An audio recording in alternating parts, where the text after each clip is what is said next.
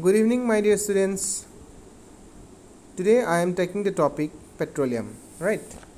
Dear students, can you guess out what is this? What is this black object, right? Black substance. This is called petroleum. This is called petroleum, or this is crude oil. This is what?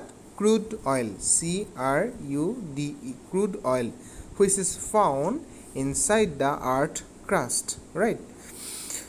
And this petroleum or crude oil is known as the mother of all commodities, right? Mother of all commodities. And this crude oil, this petroleum, is also known as the what? Black gold. It is also known as black gold. Kola hun ba black gold বুলি জনা হয় ঠিক আছে so that means it is the mother of all commodities. It is one of the leading energy source after coal since 1950. That means it is across the world. It is most used energy source, petroleum. So there are several things we can find from this petroleum, like petrol, diesel, naphthalene, gasoline, kerosene, liquid gases, petroleum, liquefied petroleum gases. So a number of pharmaceuticals, right? So a number of things can be found from this petroleum. Alright. So how does this petroleum form? So a crude oil ba petroleum bilak kenekoi bonise, kenekoi form hoise, right? So this petroleum is formed from the remains of dead plants and animals. Kihor pora bonise? Remains of dead plants and animals. যিবিলাক মৰা জীৱ জন্তু গছ গছনি এইবিলাকৰ পৰা crude oils বিলাক বনিছে, right? so when millions of years ago, যেতিয়া means বহুত বছৰ years আগতে, that means these dead animals and plants buried under the soil, right? so যেতিয়া এই বহুত বছৰ আগতে যেতিয়া এই dead animals and plants বিলাক কি হৈছিল, মাটিৰ তলত গুচি গৈছিল due to different what volcanoes, due to different earthquakes, big earthquakes. When these animals and dead animals and plants entered into the earth's surface, right? And they undergo changed chemically due to different factors like temperature and pressure, right? এই মৃত জীৱ জন্তুবিলাক যেতিয়া আৰ্থৰ ভিতৰত গুচি গৈছিল আৰু বহুত টেম্পাৰেচাৰ প্ৰেছাৰ আৰু ডিফাৰেণ্ট বেক্টেৰিয়া ডিকম্পজিশ্যনৰ কাৰণে এইবিলাক চেঞ্জ হৈছিল. দে change chemically, they change chemically and formed a oil. Formed a oil that is called crude oil, right? So that means how does this petroleum formed? Petroleum formed by the metamorphosis of dead animals, right, and plants that got buried under soil. That means millions of years ago, when these dead animals and plants entered into the earth's surface and buried under the soil, they undergo change chemically and they formed what? And they formed petroleum. And they formed what? Petroleum or crude oil, right? So this is used different purposes. তোমালোকে যিবিলাক petrol ডিপুত petrol পোৱা, diesel পোৱা, kerosene পোৱা, candles পোৱা, naphthalene, তাৰপিছত আমি pharmaceuticals বহুত বস্তু পাওঁ. এই গোটেই বস্তুবিলাক ক্ৰুড অইলৰ পৰা বনোৱা হৈছে. কিহৰ পৰা? ক্ৰুড অইল অৰ পেট্ৰলিয়ামৰ পৰা বনোৱা হৈছে, ঠিক আছে? so what? Petroleum is formed by the metamorphosis of dead plants and animals, right? This petroleum also formed when these sea creatures, dead sea creatures goes buried in ocean floor. Okay, যেতিয়া oceanৰ যিবিলাক ocean animals, right? oceanত থকা যিবিলাক animals, sea animals, এইবিলাক যেতিয়া dead হোৱাৰ পাছত সিহঁতে কি হৈ যায়? they goes into sand. They buried under the soil. They goes entered sand, clay, etc. settled on them and mounted pressure. বহুত pressure পোৱাৰ পিছত কি হয় descends into a what descends into what descends into petroleum, right?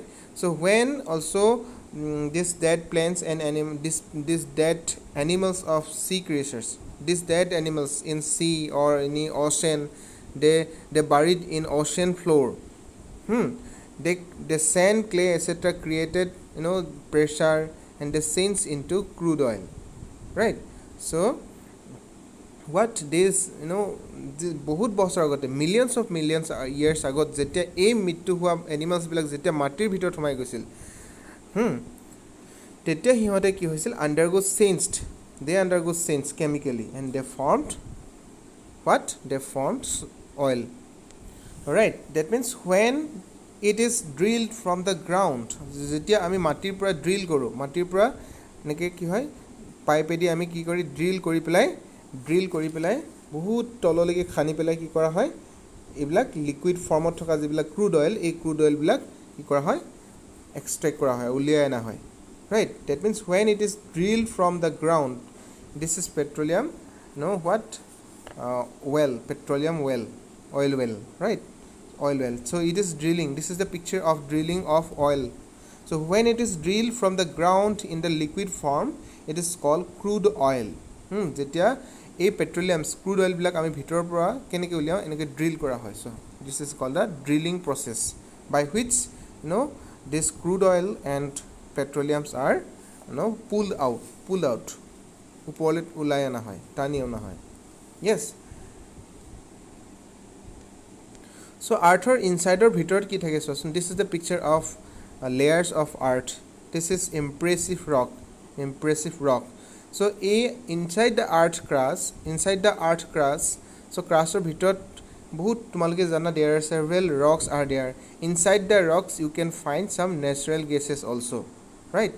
And oilor logot mane ki thake, oilor logot tumaloke oilor logot ki thakiba, oil means crude oilor logot olop ki thake inside the rocks. You can find some natural gases. You can find some natural gases also.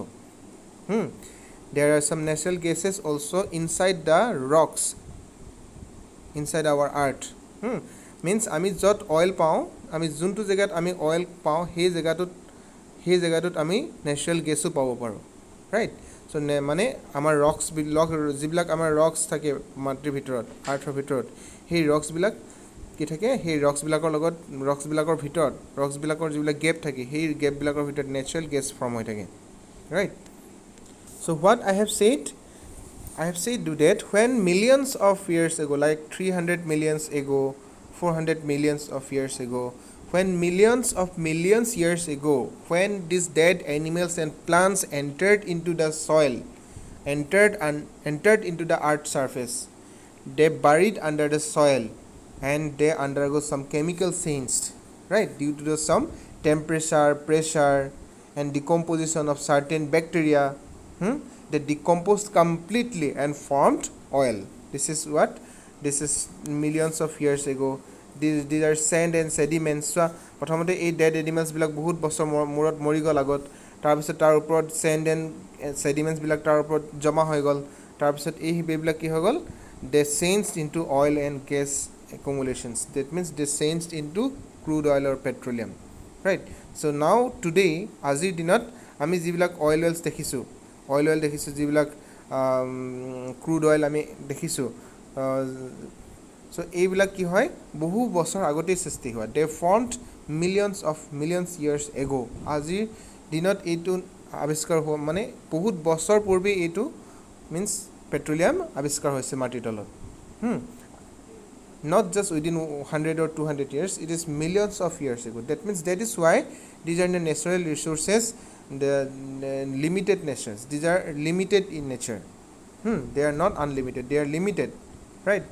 এইবিলাক form হওঁতে, এইবিলাক বনোতে বহুত বছৰ কি হয় লাগি যায়. তো এইবিলাক আমি সেইকাৰণে কি কৰিব লাগে, ক্ৰুড অইল বা যিবিলাক পেট্ৰলিয়াম, এইবিলাক নেচাৰেল ৰিচোৰ্চবিলাক আমি কি কৰিব লাগে, প্ৰপাৰ ইউজ কৰিব লাগে, proper utilisation of this natural resources.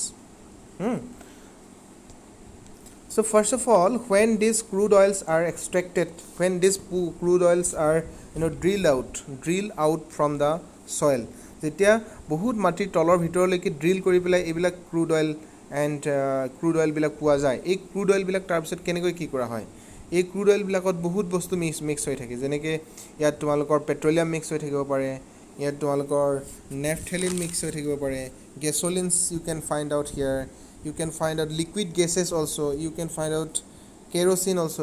That means there are different types of things are there in this crude oil. So that means we need to refine this for different useful things. বেলেগ আমি বস্তুবিলাক ইয়াৰ পৰা separate কৰিবৰ কাৰণে ইয়াক কি কৰা হয়, ৰিফাইনাৰীলে কি কৰা হয়, ট্ৰান্সফৰ্ম কৰা হয়, লৈ যোৱা হয়, right? So this petroleum or crude oil is refined in refineries and it is used as fuels in vehicles. So refinery নিয়াৰ পাছত কি কৰা হয়, ইয়াক বিভিন্ন ধৰণৰ fractional distillation তেনেকুৱা কিছুমান প্ৰসেস আছে, এই প্ৰসেসবিলাক কৰি কি কৰা হয়, ইহঁতক ৰিফাইন কৰা হয়. They refined different processes like fractional distillations, right? So when this crude oil or petroleums refining or oil refinery is in. So okay, what we have got to know this petroleum is a fossil fuel. That means fossil, it is also maybe called fossil fuel because it is made up of from the dead plants and animals which is inside the earth millions years ago. Petroleum was formed from the dead animals of sea animals and millions of years ago. That means millions of years ago যেতিয়া এই dead animals and plants বিলাক যেতিয়া মাটিৰ ভিতৰত সোমাই গৈছিল, they changed into chemically and formed crude oil. Petroleum petroleum diesel, kerosene, paraffin wax, lubricants, oil and obtained by refining petroleum. So when this crude oil is refined, we can find different useful things like petroleum, diesel, kerosene, paraffin wax, lubricants. So that means a number of important things can be found from this petroleum when these are refined. Refined means কি কৰা হয়, ইয়াক আৰু কিছুমান কি কৰা হয়, refined means ইয়াক আৰু পৰিষ্কাৰ কৰা হয়, ইয়াৰ পৰা আৰু বেলেগ বস্তুবোৰ এক্সট্ৰেক্ট কৰিব চেষ্টা কৰা হয়. So dear students, তোমালোকে যিটো অইল ৰিফাইনাৰী যিটো প্ৰসেছেদি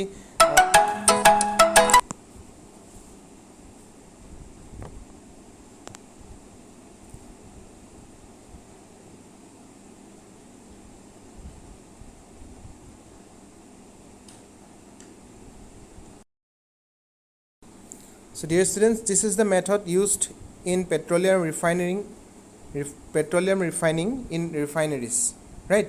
So you may heard that a number of 4 refineries are there in our Assam. That first is Digboi, Numoligarh, Nunmati, yes? So these are refineries. In refineries বিলাকত কি কৰা হয়, different purpose to use কৰা হয়. This is fractional distillation. This is called the fractional crude oil distillation, or this is also called fractional distillation method. So ইয়াতে কি কৰা হয়, তোমালোকে চোৱা crude oil বিলাক ইয়াতে আনি ইয়াতে কি কৰা হয়, the oil is heated in a furnace. এটা এনেকুৱা furnace থাকে, means এটা এনেকুৱা পাত্ৰ থাকে, বহুত ডাঙৰ পাত্ৰ থাকে, কন্টেইনাৰ থাকে, সেই কন্টেইনাৰটোত ইয়াক কি কৰা হয়, up to 350 ডিগ্ৰী সেন্টিগ্ৰেডলৈকে ইয়াক কি কৰা হয়, 350-400 ডিগ্ৰী এনেকুৱা সেন্টিগ্ৰেডলৈকে কি কৰা হয়, ইয়াক হিট কৰা হয়. So ইয়াক হিট কৰা হয়. So this method is called fractional distillation, through which it is used to refine this petroleum or crude oil in refineries. So this crude oil is separated into various components through distillation process. The heavier constituents remain settled at the bottom. আৰু যিবিলাক কি কৰা হয়, যিবিলাক বস্তু ইয়াৰ পৰা আমি বেলেগ বস্তু পাব পাৰোঁ, হয়নে? Fuel oil, diesel, kerosene, petrol, butane or propane, right? So different things we can find here. We can find this. So this process is called fractional distillation, right? So this is a 3-step process. This is a 3-step process. First step to কি কৰা হয়, so first step to কি কৰা হয়, they are heated up to 300 to 400-500 degrees centigrade, right? most probably 350 degrees centigrade. So different constituents of this crude oil have different boiling points. যিবিলাক বস্তুৰ boiling points যিবিলাক কম সহজতে সিহঁতে মানে কি হয় boiling points যিবিলাকৰ কম যেনেকৈ যিবিলাক boiling point কম যদি মানে সেইবিলাক যিবিলাক কম যেনেকৈ water boiling point 100 degree centigrade হয়নে petroleum 150 degree centigrade kerosene 200 degree centigrade butane ethane propane এইবিলাক কম মানে কম টেম্পারেচার পালে কম হিট পালে যিবিলাক বস্তু